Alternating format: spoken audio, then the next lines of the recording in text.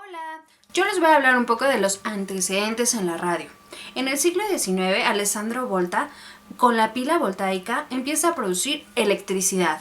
Los telégrafos, gracias a Samuel Morse, hace aportación para poder transformarlos. El código Morse transmite cualquier mensaje a través de una combinación de puntos y rayas. A través del tiempo, Graham Bell, con la telefonía, los sonidos podían propagarse a través de un cable. Henry Hertz en 1887 proporcionó una creación de un primer receptor de radio. Guillermo Marconi aportó la telegrafía sin hilos para que los sonidos podían propagarse a más de 200 kilómetros en distancias. Bueno, en cuanto a la radio en el mundo, la primera transmisión se realizó inalámbricamente usando radiotelefonía. Esto se hizo en 1906 y corrió a cargo de Reginald Friesen. En 1908, Lee De Forest transmite ya música. Esto desde un fonógrafo y, en la Torre Eiffel en París hasta 800 kilómetros de distancia es lo que alcanzaba. Y por último, en 1916 se inaugura por primera vez una emisora en la ciudad de Nueva York. Ahora la radio en México. El ingeniero Constantino de Tarnava en 1919 instala por primera vez en Monterrey la primera estación experimental en nuestro país. Bien, ahora la radio mexicana XEW empieza a transmitir musicales, radionovelas y algo de información. La radio necesitó más de 20 años para conseguir una buena implantación social que convirtió la radio en medio de comunicación y de entretenimiento realmente importante. Y lo que podría considerarse como el primer programa radiofónico se realizó el 27 de septiembre de 1921 en la Ciudad de México, instalado en lo que fue el desaparecido Teatro Ideal, cerca de Bellas Artes. Con esta fecha se funde una estación conocida como la estación del Dr. Gómez, la cual transmitía solo de sábados y domingos, de 8 de la noche a 9. Pero dejó funcionar poco tiempo después, en 1922. El 14 de septiembre de 1923 salió al aire una radiodifusora perteneciente a la fábrica de cigarros, El Buen Tono. Posteriormente esa se convirtió en la XEB. Se considera esta una de las más antiguas en la Ciudad de México. El 10 de marzo de 1924 se inauguró la CIX, propiedad del periódico Excelsior, la cual produjo y se grabó por muchos años. Estos tres radiodifusoras se les considera principalmente como las pioneras en la Ciudad de México, ya que tiempo después comenzó a funcionar la XEW el 18 de septiembre de 1930 y la fundó Emilio Azcárraga en ese tiempo. Y posteriormente la XEQ se lanzó al aire en 1938 con el eslogan Radio Panamericana. La XEX se inauguró el 30 de octubre de 1947 como La Voz de México. Finalmente llegó el momento de la televisión en los años 50 con una inauguración del Canal 4. Y los programas de radio pues empezaron a desaparecer paulatinamente. Seguimos con ustedes, amiguitos. En la estructura del medio encontramos en primera la amplitud modulada. Esto es lo que conocemos como AM.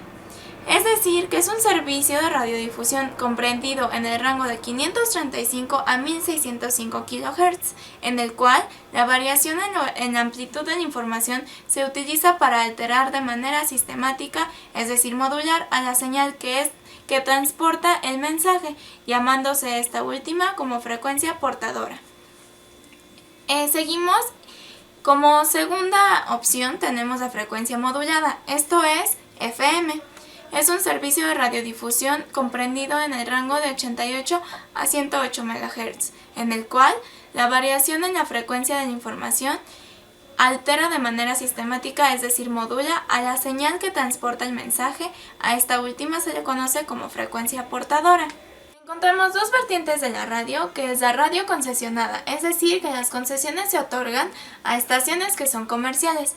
En cambio, la radio permisionada es aquella en donde sus estaciones son oficiales, culturales, de experimentación, escuelas radiofónicas o a lo que se establecen las entidades y organismos públicos, para el cumplimiento principalmente de sus fines y servicios.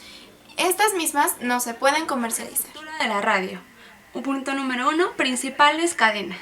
Está Grupo ASIR, Instituto Mexicano de la Radio, MBS, Multimedia Radio, NRM, Grupo Radio Centro, Grupo Radiorama, Radiorama Valle de México, Televisa Radio o Latino de México y Grupo Unidifisión.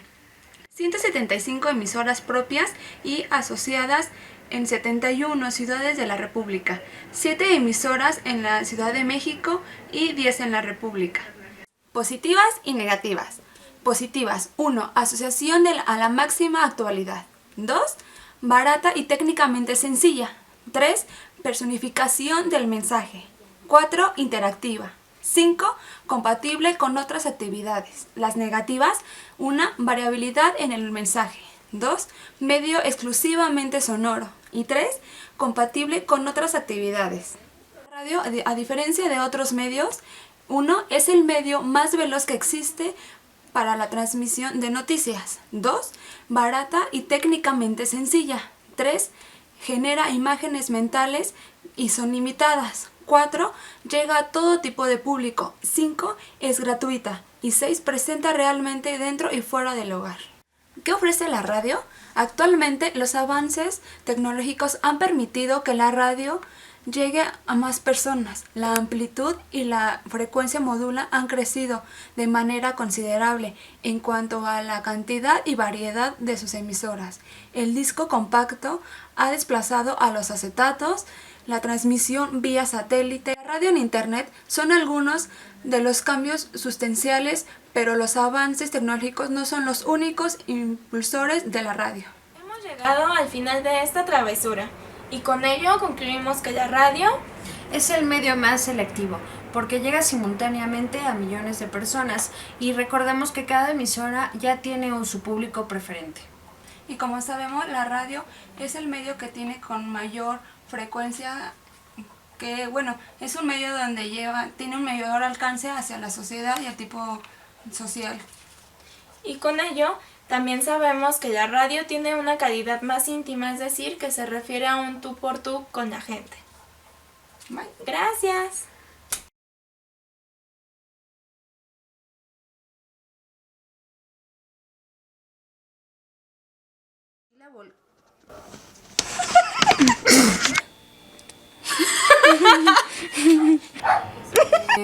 Llamó el buen tono. No,